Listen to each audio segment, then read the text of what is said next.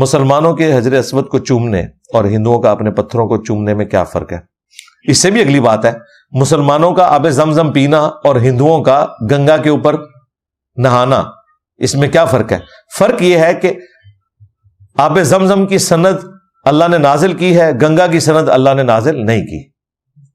حجر اسود کو چومنا بخاری مسلم میں سنت ہے، اور بتوں کو چومنا کوئی ثابت نہیں ہے۔ رہا کعبہ، وہ ہمارا بت نہیں ہے، اس کے اوپر میری ویڈیو ہے، کیا کعبہ بت ہے؟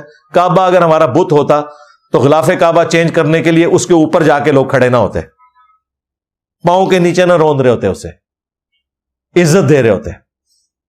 کعبہ صرف ڈائریکشن ہے۔